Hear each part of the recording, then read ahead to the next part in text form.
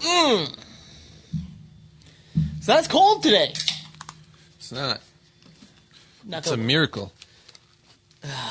Well, I think we're going to have to start off by apologizing for that sound. Explaining what the...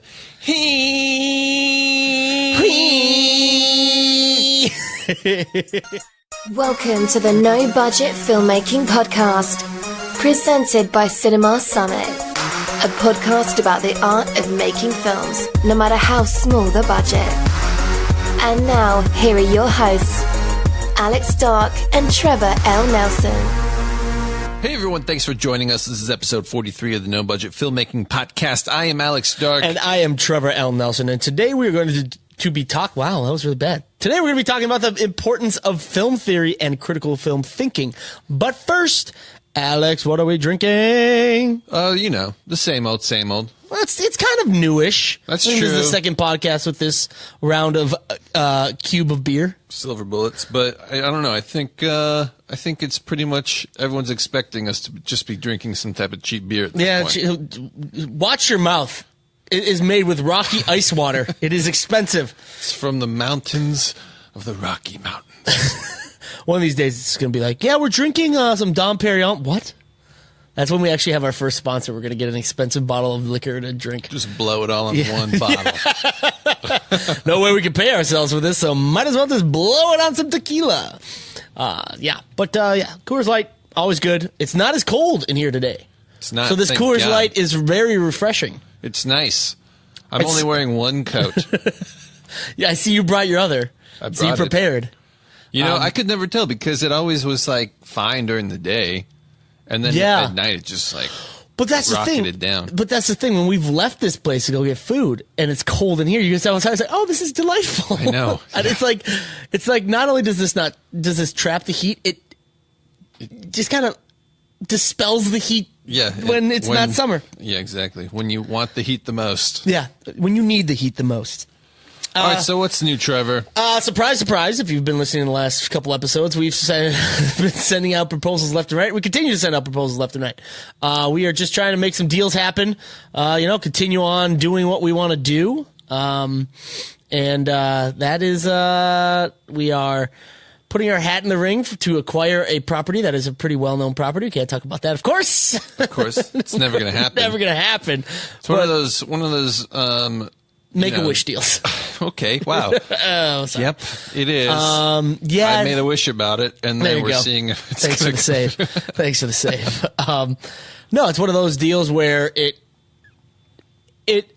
probably won't happen. To us, it makes sense, and it seems like it would be a pretty good deal for both parties, but we all know the almighty dollar wins out, and immediate dollars always wins out. A lot of stuff makes sense to us. Yeah. That doesn't actually make sense in reality. This is also true.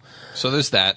We actually think we're filmmakers. That makes sense to us. Though. We're meeting in 2 days. Yes. With one of the other companies that we did send a proposal out to, and they actually liked it and want to discuss things further, which is shocking. Very quickly, we're like, we need to meet. We want to meet with you guys ASAP. Yeah. So that was stoked about it. Yeah. So, maybe we're onto something here. Maybe we actually can put together proposals. Maybe we have ideas that are unique and valuable. I know. I actually think that putting together proposals is one of our greatest strengths. It's probably our only strength because that's basically the only thing we do. We put together really good proposals. Maybe we should just become a proposal company. Like if you guys have an idea and you if you want to get married, come to us. Yeah. 2 fat guys will get on bended knees and then be stuck there forever and propose to your future fiance. Or actually, if we're the ones proposing, she probably won't marry you. Probably not. Sorry. So we sent off 2 proposals, waiting to hear back on one. Another one is a go so far, and we're going to meet with them and talk. It's a no-lose situation for the person we sent it to. It is. Really. It is. Also, I don't know if you guys watched the Oscars, but we did not make an appearance. No, they didn't let us host. We had emailed the Academy and volunteered our services as hosts for the Academy, and they made what I would call a poor decision. Very poor. And for that, I am boycotting the Oscars for 50 weeks. Yeah, at least. Watch me do something about it. But overall thoughts on the Oscars, Alex? I actually enjoyed it without a host. Thought it was crisp. I thought it was much better without a host. Yeah. It seemed to move. The pacing was better. Here's my theory. My thoughts. Take them, if you will, Academy. Actually, you should take them, Academy. Because and let us host. Yeah, and let us host. Even though we said it was good without a host. We're going to say that one of the things is to continue doing it without a host. Right. Secondly, have the people that win walk up on stage, collect the award, be excited, walk straight off.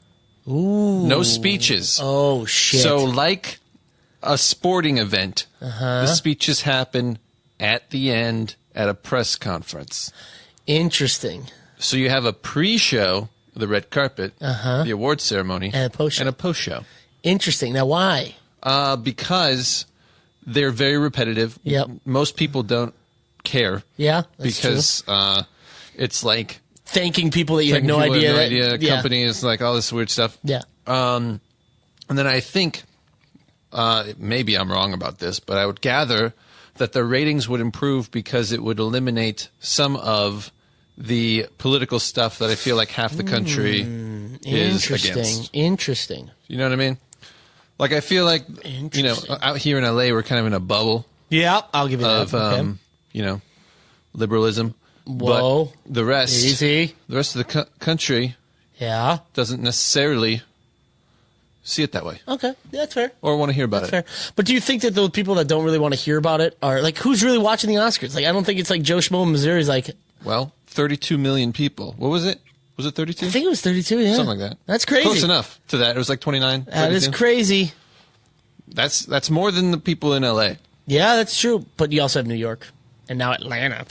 Hot Atlanta. Atlanta's now a hub of movie making. Do they even get in Vancouver? Does Canada have TV? I don't think so. I think they just look at the rear ends of moose. Meese, you mean? Mooses. I don't know. Seasels?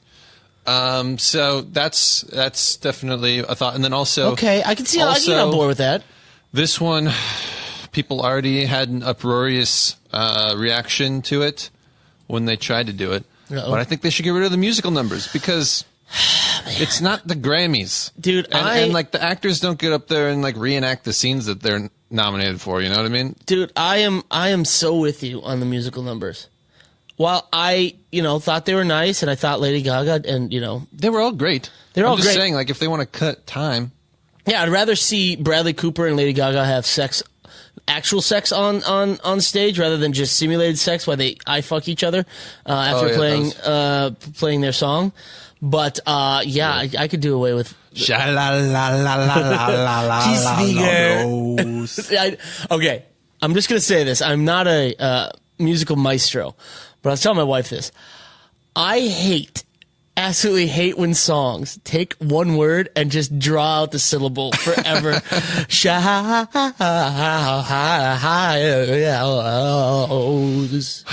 Yeah, it's one thing to like extend the note. Yeah. But then to just like repeat the same section of the word over and over again. That just drives me insane. I don't know. It just seems like I'm not a musical maestro either, obviously. But that's why we make proposals. Yeah.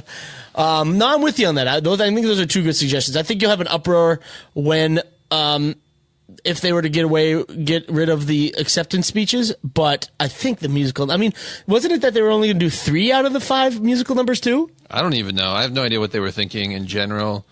But hey, I think it worked out. They had higher ratings than usual. Yeah. Hopefully they continue to try to tweak it in positive ways. Yeah, I'd say no host for surezies, no musical numbers for surezies. Bradley Cooper or Lady Gaga having sex on stage. There you go. That sounds like ratings. Consider your Oscars fixed. Yep. 125 million viewers next year. Boom. Nailed it. And you can have us host if you really want to host. Yeah. Nailed it. We'll just host that one section. Yeah. Exactly. That one. And now, ladies and gentlemen, Bradley Cooper and Lady Gaga having sex. Screw Trump around the stage. Yep. Alex has a big announcement today. What else, Alex? What happened? Yeah. Yep. Well, this morning, I woke up. Yes. I was running late because I redid the website for our production company. Yes, and it looks fantastic. Thank you, sir. I get lost, sometimes in that kind of stuff. Don't realize how much time I'm with you on going that. by. Yep, I'm with you. I still so managed yeah, to do one load of laundry this morning. What? Yeah. A whole load or half? Okay, well, it depends on how you look at it because I left it in the dryer, so I didn't quite finish it, so I guess it's half. But at the same time... How does this happen? Because don't you have a shared washer-dryer with your building? Yeah. Mm-hmm. So you just are like, Well, Bree came home at 2. Oh. So you just let her know, hey, babe, I'm heading out. There's laundry in there. Yep, grab it. Bye. Nice. That's marriage right there. That's how marriage works. Yeah. Just to let you know, I did half the work. You do the other half. Yeah. Sharing. I put it in there. You take it out and fold it. Oh, God, the worst. The worst. Me and my wife always have bets on, God, whoever, Funbot is going to hate us for this episode. He just absolutely despises us. Despises. He's gonna make a new. This is spite name listening, just so that he can review us again. This is gonna be spite listening that he's on now. Me and my wife actually make bets on who has to do the whites, and including matching the socks up and rolling them together. Oh, the worst. Let's move on. I wish we could have live comments as we had this going. Funbot would be like, stop, shut up. But also, I just found this out. Ross Lowell from Lowell Lights just passed away. Yeah. Now, if you guys don't know who it is, if you've never had a pair of Lowell Lights in your life, then you probably have not been a low-budget filmmaker. Probably haven't been to film school. Yeah. But more importantly, inventor of gaffer tape. Yeah. Yeah. I didn't realize a person invented that. I thought it just existed. Just like duct tape. I thought it just like on the seventh day, God said, I'm going to rest, but wait, duct tape. Yeah. Well, God used duct tape to create the world. So. It's like, all right, I'm going to put this tree here, but I got to hold it here until I make sure this is where I want it. It's not dry yet. Yeah. So duct tape it on. Duct tape there. Make sure this is really where I want this tree. Okay, yeah, I think we can do this. All right, let me take this duct tape off. Oh, residue. This tree's dead. This is a dead tree. All right, let's try it again. Yeah. Oh, no residue. Gaff tape. Nailed it. And on that note of laundry and God using duct tape and gaffer tape to create the world, on to the topic at ham. I'm really hungry. This is what happens. If we do our podcast early, we're just too loopy. But if we do it too late, we're just too tired and we do. I know. We just don't even know what's going on. We're the worst. We apologize, guys. Sorry. Yeah. Okay, topic at hand today. Film theory and critical film thinking. Now, for those who don't know, me and Alex went to film school, but we did critical studies. We did. Suck it. Brian Singer did it. Ooh. Yikes. Yeah, okay, bypass. So other people did it. Other famous people. Some. Yeah. Who knows? Exactly. Hard to keep track of these days. Yeah. So many people. So many famous people did critical studies. So that was a lot of film theory classes as well as production classes and all that. And it's kind of funny because I don't know about you, Alex, but to me, I kind of am thankful that we did film theory and critical studies, not only because we were able to do more productions because we had a little more free time and didn't have to do tons of productions for class, but also we were able to kind of dive into the deeper meaning of films and movies on an individual basis and a era basis and a time and history basis that I feel as we're getting more and more into our, not just horror films, but sci-fi and thrillers and psychological thrillers, adding a little more meaning to the movies. Yeah, I think that's also, nowadays watching films and TV shows and whatnot, you sort of have a different appreciation for it, I think, than you would even if you're a filmmaker, but maybe don't understand or know about all the theories and stuff like that. There's just a different sort of understanding that you can glean from them, and then also take things that you maybe didn't think of before and then say, oh yeah, and then I'm going to incorporate that into my filmmaking, my project. And so a basic definition, at least for me, of film theory is whenever you go to a party and there are those nerds that sit in the corner and talk about the film and how I really like his use of color and I like his, his symbolism and all that. That's nerds talking about film theory. Yeah. That's like the underlining meaning and symbolism and messages in a movie that you may not be super apparent right off the bat. Yeah. If you're ever at a party and you're trying to chat someone up and all all of a sudden you hear pastiche, Oh God, yeah. then you know there's a film nerd behind you. Yeah, and smash cut and montage. Yeah, exactly. You have a film nerd on your hands. And Anyone that says homage instead of homage. Yeah. And if you're married to that person, you have married a nerd. Yeah. Love you, babe. So that is kind of the thing, is this underlying, like, oh, well, they add color to give more meaning. They add different camera angles or camera movements, or edit a little differently to add meaning, or to create a different feeling for the audience. That's all film theory. That's the like critical analytical look at films. Yeah, exactly. And so a lot of people, like, I know I always had it in film school. I was like, what if the director didn't mean to put this in, but we're just overanalyzing it? And I think that can happen. I think that happens more often than not. In fact, I mean, I used to think about this when I was in high school doing book reports. Oh, man. You know what I mean? Because, like... Yeah, they try to get you to overanalyze everything. It's like, whoa, hold on. First of all, how can I possibly get a grade for this? Because you don't know. Teacher? No. Yeah. I can say whatever I want. Yeah. As long as it's, like, backed up by whatever's in the book. This is the feeling I got from it. You can't disprove it. And why. And as long as you have the and why, there you go. You're done. Yeah. I know. All right. I don't know. Oh, cool. Anyway, yeah. So I think you can definitely overanalyze stuff.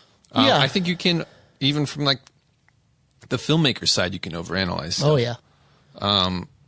But I think you can start hitting people over the head because you want to be super deep and be like, bah, this is what I mean. I'm going to show it to you and everything. Yeah. Like, I also think one problem that I ran into a lot, especially when I was in school, was trying to do that without, I would like overcorrect, trying not to fall into the trap of like just over-explaining things. Yeah. So things became very convoluted and difficult to understand. Yeah. Yeah, it didn't make a whole lot of sense. It just was like, I had the opinion of like, well, I'm going to make this and I'm going to drop these clues in there to what I was trying to do. And if they get it, they get it. And if they don't, they don't. Turns out most people didn't. You can see the disappointment on Alex's face. You know, I did the same thing where I did it because I thought I was being clever rather than I was like, I remember the first couple scripts I did. One, it was like, we were talking about this a while ago about like writing our first script. Did we write in high school or something like that? Yeah. I remember something was like, it was a really cliche script about like this perfect kid who had the perfect life and some shit goes wrong. But it was like so bad that I was like, this perfect kid goes to his girlfriend's house and he starts playing Perfect Dark. And I was like, oh, God, just shut up about him being perfect. And then this other script I wrote, which I thought I was being so clever, I called the main villain Mr. D. Yeah. It turned out to be a porn. And no, it was, and then like at some point in his, in the script that revealed that his name is Mr. Diavoli. Which, like, I talked to people about it. I was like, they don't get it. They don't get it. And it was like, someone's like, oh, isn't Diavoli Italian for devil? I'm like, fuck! Oh, you got it too good! Because I heard that, you know, Vader is German for father. Yeah. And, like, not a lot of people knew that when Darth Vader. And so I was like, well, I'll do that too. I'm so clever. Blah, blah, blah. And, like, look at these underlying meanings. And it's like, no, stop. Just stop, Trevor. Yeah.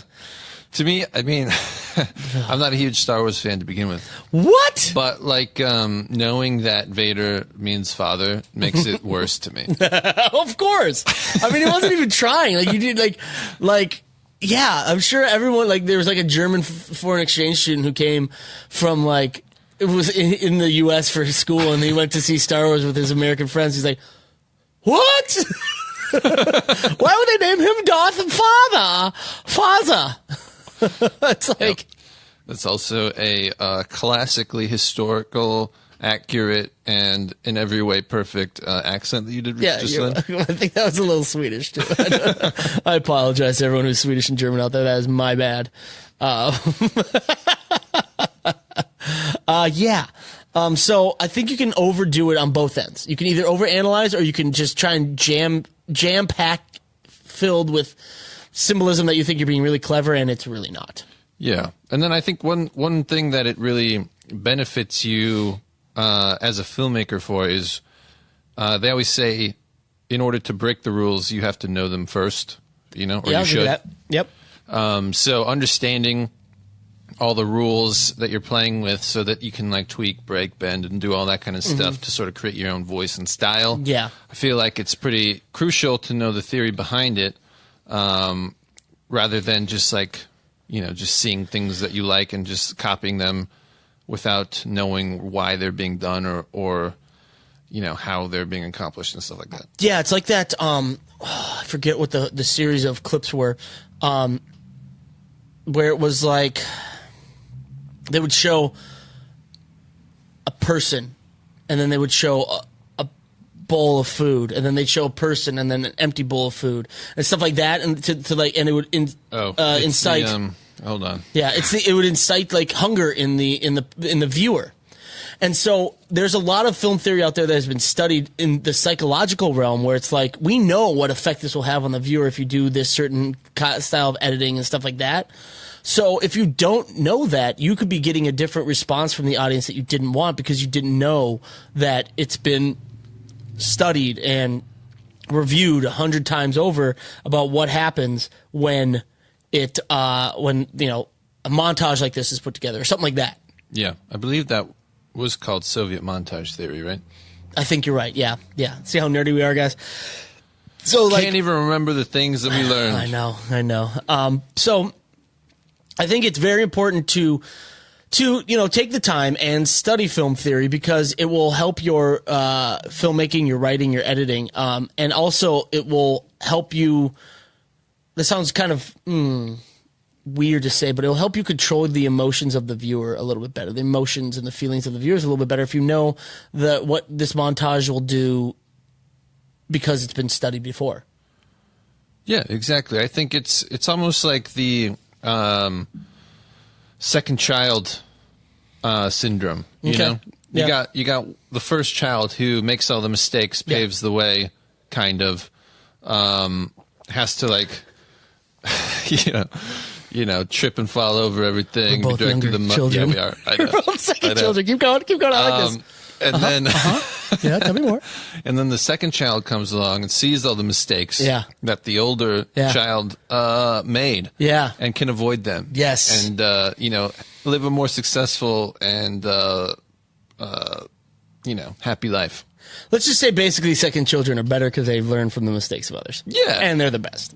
And I think that's basically the same thing that you can apply here, where you can see all these theories. A lot of this stuff comes from when film was just starting as a medium, and they didn't know how it was going to be taken by the public. Yeah, like imagine having a film camera before movies were ever made, and you are discovering how to edit. Yeah, you're discovering how to compose the frame and stuff like that, and it's and light and all that kind of stuff. It's like, and then even further than that.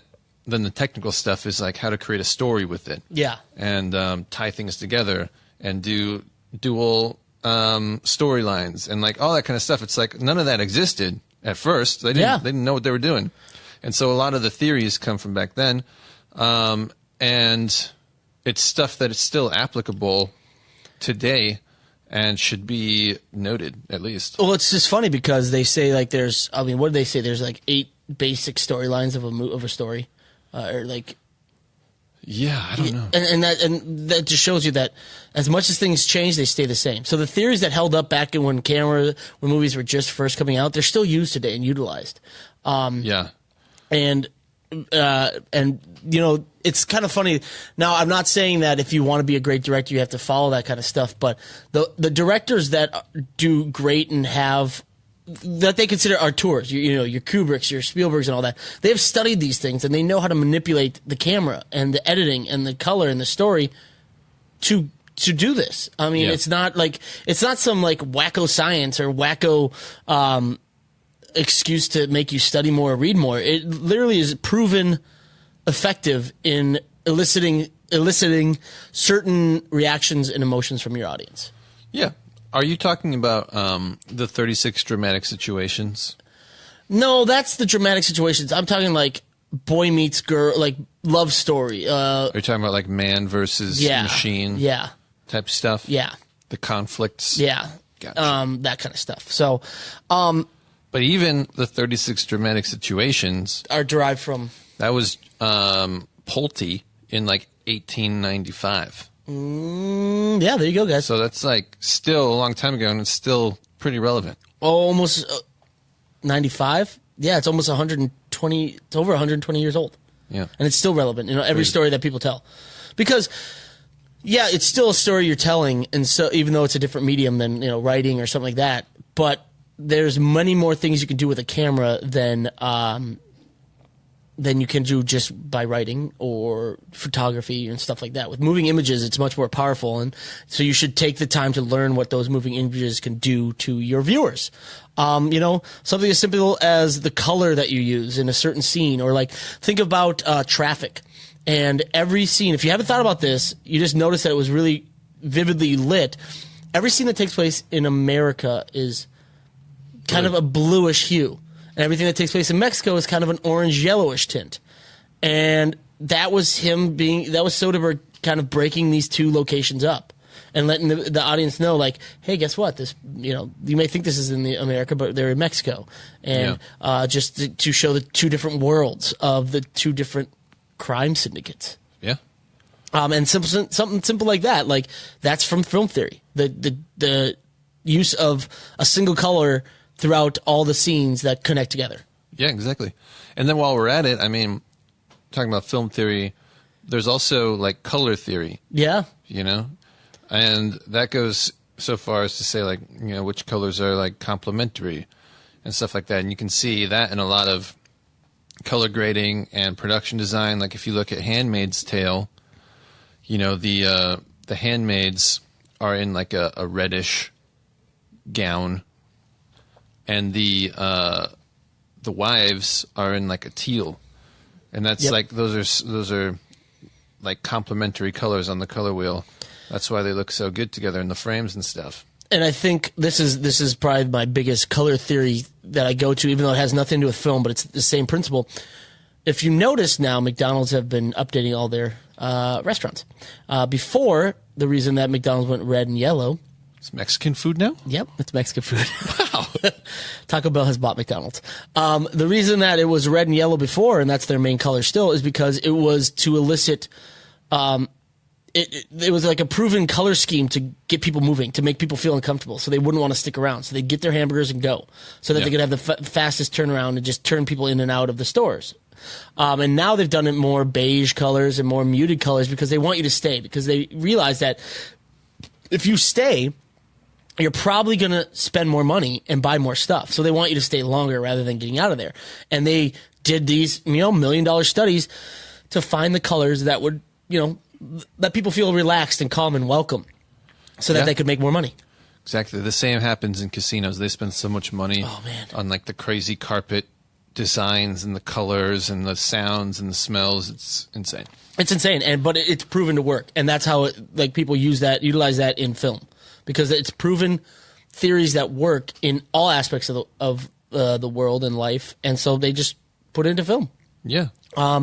It just, and also as a viewer, if you were able to dive deeper into a film, it kind of gives you a better understanding. It gets you a better appreciation for the film, because you really see, again, the artistic work that went into it.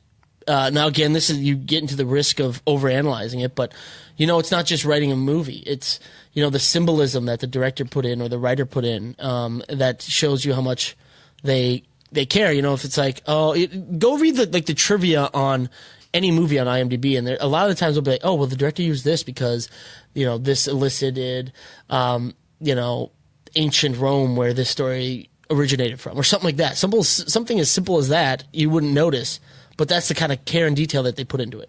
Yeah, exactly. Yeah, exactly.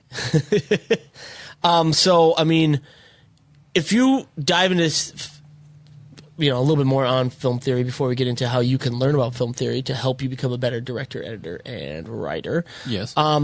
It's something as simple as symbolism, like we talked about, or something, as complex as the socio-economic situation of the era and the region that the director and writer were in during the time of the filming and the writing that had an impact on the story that was told. I mean, you can get deep. You can do deep dives. And that's what we did in class.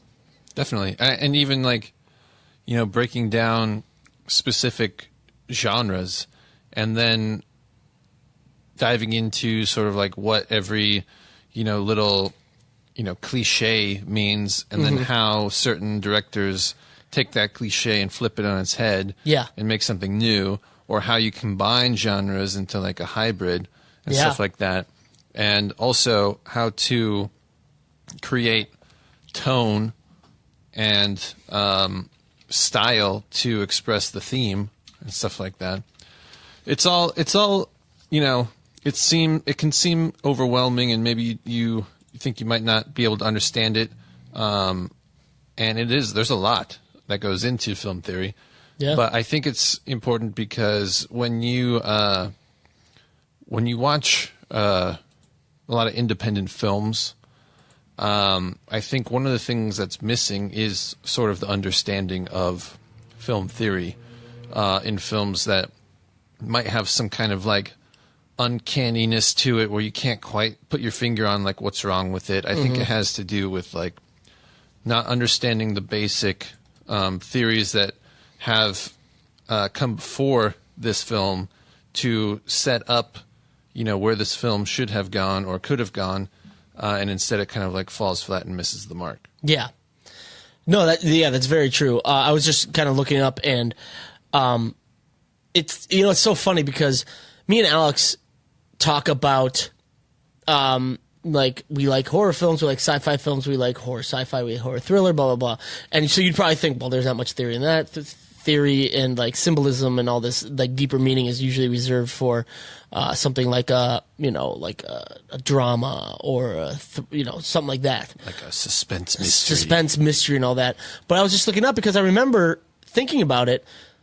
Get Out. If you type in Get Out symbolism, there is so much symbolism in the movie, and it's a horror movie. It's like a horror, but at the same time a discussion on racism. But it's. I mean, Jordan Peele said he wanted to make horror movies, and that's what it is. I think horror movie is actually one of the best vehicles for like underlying themes and messages, because you get to sort of walk in this ultra dark world that seems out of place in other genres to discuss things that maybe you can't really touch or you can't talk about in the same way in other genres because it would be sort of out of place or not in line with the tone. Yeah. And the one thing that sticks out to me, and, not any spoiler for, what are we past the time frame of I can give a spoiler and nobody can be offended because it's been out for so long? For what? Get Out? I think so. I think one thing that people, and I think this is not an overreach because it was so deliberate, it's so weird. What's your Allison Williams? Is that her name? She's from Girls. Michelle Williams? No. Allison Janney? I hate you. I hate you so much. Allison Williams, the main female. Yeah, because she's Brian Williams' daughter. Yeah. I thought it was Allison Williams. She, throughout the movie, you see her sitting on her bed, and she, like, eats cereal, but she doesn't mix the cereal with her milk. And she takes a bite of cereal, a sip of milk, a bite of cereal, sip of milk. And everyone's like, that's so weird, blah, blah, blah. But everyone has, theorized, and I agree with this, that it was this idea that blacks and whites don't mix. Like, she doesn't mix her chocolate cereal with her white milk. And that's, a lot of people have said that. She's wearing a clean white dress, and the colored cereal is separate from the milk. That's kind of stuff that you wouldn't think you'd find in a horror movie. And that's what made Get Out so great to me, is that it was a deeper movie than just a regular horror movie. And it was great. And there's tons of other stuff. So if you have the chance, type in symbolism and Get Out, and you'll be surprised upon a second viewing of it how much you can pick up on after you read all the stuff. Totally. Yeah. All right. So how do you learn about film theory? One is watching movies. The easiest way is just to watch the movies and kind of sit back. And I said a long time ago when I read people's scripts, when my friends send me scripts, when my colleagues send me scripts, that I read it once for entertainment, just to see how it goes, see if I like it. And then I go through it a second time, and that's when I'm critical of it. And I, write down things. I think this should change. This spelling's off. This is off, whatever. Right? I do that with movies. First time you're watching a movie, just enjoy it. That's what the biggest point of a movie is. Yes. To be entertainment.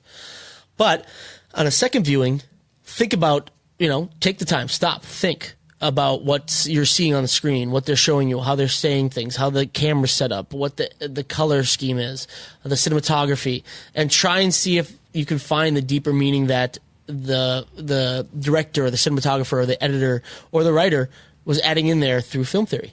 Yes, but I think these are slightly out of order because really the first step would be to read about film theory so that while you're watching, what to spot. You can know. I get it. Yeah. But yeah, I think reading, there's tons of books out there about film theory. And they're kind of dry. They're dry, super dry. Super dry, so be careful. Textbooks, basically, is what they are. And all sorts of things. You can get general film theory books. You can get film theory that goes through like the history, all the different decades and periods of film. Yeah. You can get one specifically about different genres. Yep. Different directors and their, styles and stuff like that. So there's all different types of books you can get. And I think, to me, one of the best things you can do is find books that have examples from real movies and then watch those movies after reading it so that you can see what they're talking about. And then later on you'll be able to watch movies on your own and with what you've learned. Exactly. Yeah. And also like we talk about the nerds at parties, once you have read and watched some movies, talk with people, have discussions about it, jump on message boards, jump on Reddit, jump on Facebook, talk to people. Hell, go to a screening of a movie you've already seen and listen to the director talk about the theories behind the symbolism in the movie. Talk about it, because you'll pick up on things you may not have thought about or you may not have caught, and then you can discuss it with people, and that's a great way to just find new ideas and new kind of tidbits in movies you love, have watched a million times, but may not have picked up on some things. Yeah.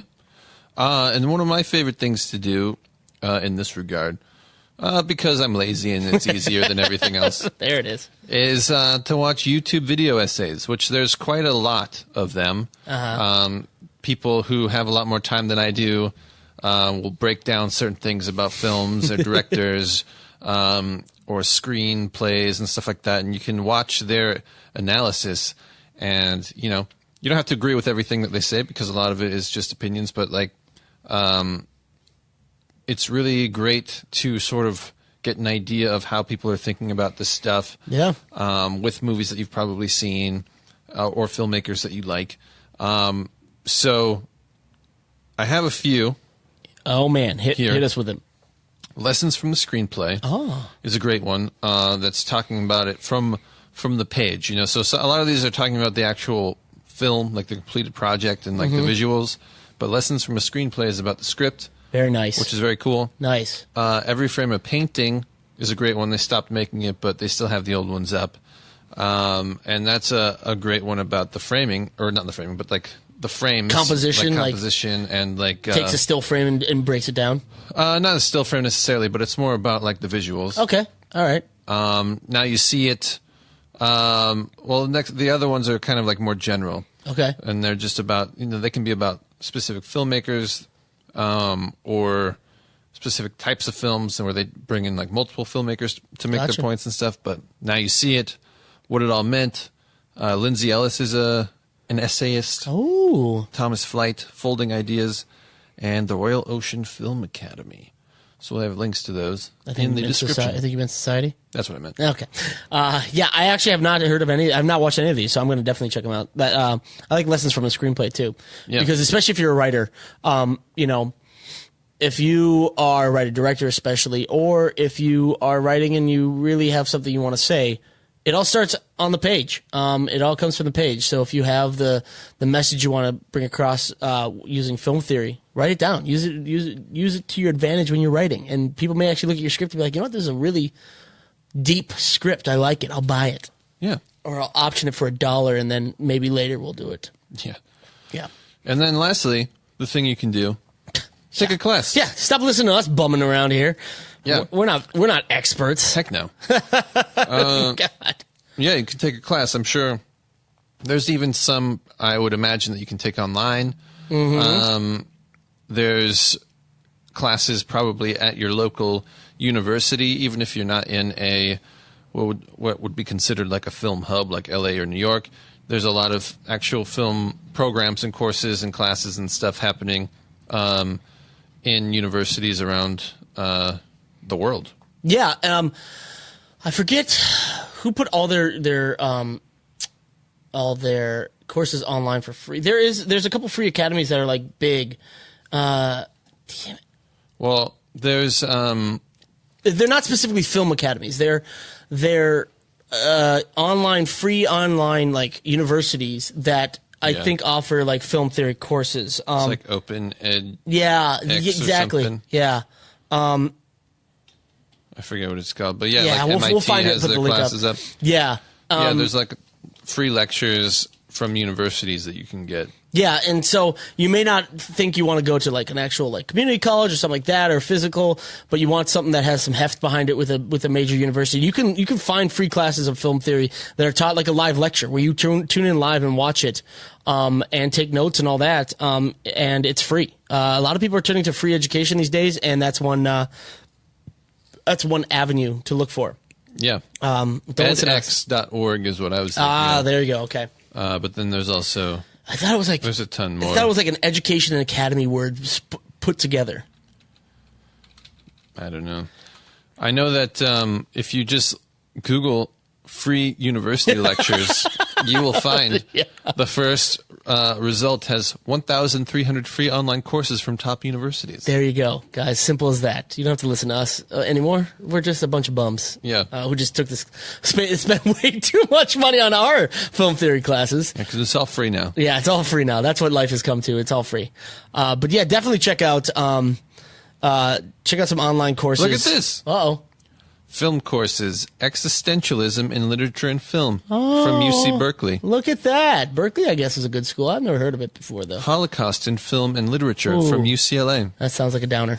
Introduction to Film Studies from, I don't know, Philosophy in Film and Other Media. Oh, wow. From MIT. Nice. So, give it a go, guys. Get out there and start learning because, again, you may think, oh, why do I have to learn film theory? And for a while, I thought that in college, too. But it definitely helps you as you're building your repertoire as a filmmaker to add those little things in there that, maybe people don't pick up on right away. But those who are really into your film will eventually be like, okay, I got it. I get what you're doing here. I love it. And that's how you do it. You just start learning now. And as you're learning to be a better filmmaker behind the camera, you can learn to be a better filmmaker in the mind of your viewers. Yeah, that's, I think, one of the biggest benefits of learning film theory over other aspects of film is that it's something you can do really anytime. Yeah. You don't have to necessarily get up and practice. You don't have to have equipment. You don't have to have money. Yeah. You can just get out there and learn it, and then apply it in your screenplays and in your projects down the road. Yeah. Yeah, so check them out. We're going to put up a list of all those YouTube video essays that Alex was talking about, and which is good because I want to check them out, and I have not seen any of them yet, but they sound pretty cool. But yeah, so, I mean, that's just scratching the surface of film theory. Film theory is people dedicate their entire lives to studying film theory and teaching film theory, and then go to USC and teach. But it's not something to, snub your nose at and think it's dumb or it's not needed and you just really want to make cool movies because even cool movies have meaning. Ready Player One has deeper meanings to it if you just sit back, learn a little film theory and give it a second, third, or fourth view. Nice way to end that part. So on to what's cool. What's cool? Well, for me, I've been waiting for this. Me and Alex have both been waiting for this. We're huge Terry Gilliam fans. Mm-hmm.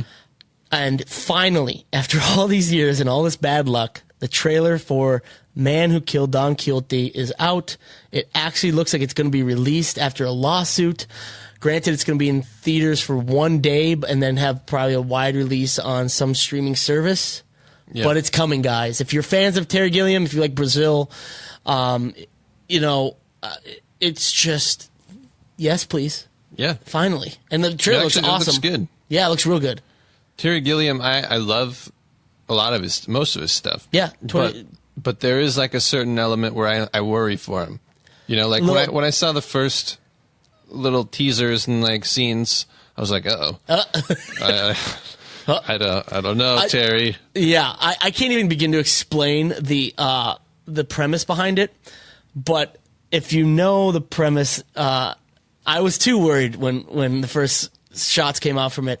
But did you notice when the queen in her full gown said, well, this will be fun, and she was holding an iPhone? I was like, oh God, that's totally Terry Gilliam. Yeah. That's what I love. If I'm not mistaken, it takes place on the set of a movie. Yeah, no, exactly. It takes place on the set of a movie where the guy believes, like the actor who is playing Don Quixote believes he's Don Quixote, and then the director becomes his squire, and they go on adventures, and then the squire starts believing he's Don Quixote, and it just starts going into mayhem. Yes. But like just the story that is Don Quixote, if you know the story, is so rooted in like old timey stuff. To see a queen with an iPhone, I'm like, oh God, I love this. It's gonna be great.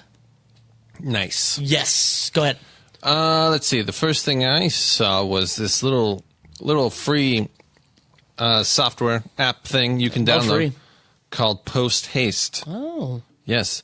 Do that Post Haste? Yeah. It's for Mac and PC. Sorry, guys. Just so you know. Yep. And it's basically it allows you to create templates for file organization. Ooh. And have them in your little Finder or in your little File Explorer. Ooh. So I actually really like that. Yeah. So if you have a specific workflow that you like to put, if you're doing like editing or graphic stuff and you like to put things in specific folder structures, you can easily just have the little app create the folder structure for you and then, have at it. It saves you a little bit of time and it's free. That's actually not bad. And that's even better. That's really cool. I'm actually going to download that because I am notorious for having really bad folder structure, especially if I'm working with someone else on a project. They're like, what the hell are you doing here? And to be fair, some of that's not my fault when you get P2 cards that just have crazy file structures. I know, craziness. All right, I got it's here. It's here, man. A 1 terabyte micro SD card. 1 terabyte. Happening. Micro SDs are starting to be used in everything. Osmos, drones, cameras. Micro SD is the future. And they finally... small. Oh, they're so small. That's it's a like problem. a little fingernail. I know. You can just lose it. That's the problem. I lose my fingernails all the time. They just fall off when I haven't eaten my fruits and vegetables in a month. 1 terabyte micro SD. $450? Yeah. That's crazy. That is crazy because you think the smaller something gets more expensive because, 1 terabyte hard drive is, I'd say... It's like $100 $100, but then if you get an SSD that much smaller, and you're at only $450, yeah, that's all you need. Then when you lose that one, you're screwed. But it's 100 megabytes per second read speed and 95 megabytes max write speed, which means it should meet UHS 1 speed 3 and video speed class 30 specifications, which means 4K content with a 1 terabyte micro SD card, which is awesome. Awesome. Now we just need to get the hardware to recognize it. We have the Osmo and the Osmo Pro, and we tried to buy what 512 or 256. 256 and it won't read. Or them. even like 128 won't. Yeah, that's right. I think 64 is the highest it can go. Now, granted, the Osmo's a little older, but still, like, all right, hardware manufacturers start accepting 1 terabyte drives. Yeah, exactly. Yeah. So I don't know if you heard about this little thing called I don't even know how to say it. I was going to say, your guess is as good as mine. Go ahead. Now, my initial thought was it's OBS bot for OBS Studio. Yeah, that's what I thought too. But it might be OBS bot Which is dumber. Dumber by far. By far. But I'm going to call it the OBSBot Okay, go ahead. tail. Yeah. And it's an AI camera that uses your phone. It has like a little app on your phone connects to, so you can like monitor and change the settings. But it's like a little PTZ camera, as they say, like a pan tilt zoom camera that functions kind of on its own. So you can cool. track people, faces. It'll follow you around. It's for like kind of a single shooter. If you're trying to make like I don't know, maybe like a how-to video or a tutorial video, and you're at your desk and you're moving things around and grabbing equipment and all that. If you're like a YouTuber vlogger and you're trying to, or maybe even for like BTS of a movie, that could maybe be interesting. That wouldn't be bad. Isn't the Facebook portal isn't that their kind of thing? Is that the camera will follow you? Yes, but only it's not super because it's like basically a big iPad. Yeah, exactly. It's not very mobile, but yeah. No. Yeah. But that technology is definitely coming along. Yeah. And probably used by military authority to track us everywhere. Yeah. So it is kind of large compared to other things out there, like compared to an Osmo or a GoPro or something. But it's still pretty light. It weighs like 20 ounces. Oh, that's not bad. And you can mount it to a light stand or something. It has like a little screw mount on the bottom, quarter 20 screw, I think. And then it shoots 4K. Oh, wow. Up to, I think, 60. Probably onto a micro SD card. Probably. Yeah. I mean, something like that I don't think would be needed to be that portable, right? I mean, you probably set it up at like a home studio kind of thing. Or like in your garage if you do like car tutorials or something like that. What I think would be cool, and I mean, this kind of is one of our friends' nightmares, but if you were doing kind of like your own little talk show, if you could set up sort of like 3 angles with 3 of these cameras and have the close-ups, and it'll track you and like, tilt and pan and all that kind of stuff with you as you're moving around, moving and shaking. Yeah. It'd be a good way to do kind of like a low-crew talk show scenario. That'd actually be pretty cool. I wonder if maybe I'm going to go with OBSBot. Yeah. Maybe if OBSBot 2.0 might have a little bit quicker focus. You want that hit, especially if you're doing a talk show and you're moving and shaking, you want that quick focus rack. Yeah. But I mean, hell, if you don't have the crew but you want to do a talk show, that's a pretty damn good deal. It's not bad, and I think it is a small sensor type deal. So I think it has kind of like a pretty deep focus. So I don't think in that scenario it would necessarily like be crazy. Okay, that's good. That's good. Just trying to see, do we have a price on the OBSBot? It is. It is micro SD. Look at that. Yeah, I believe it's.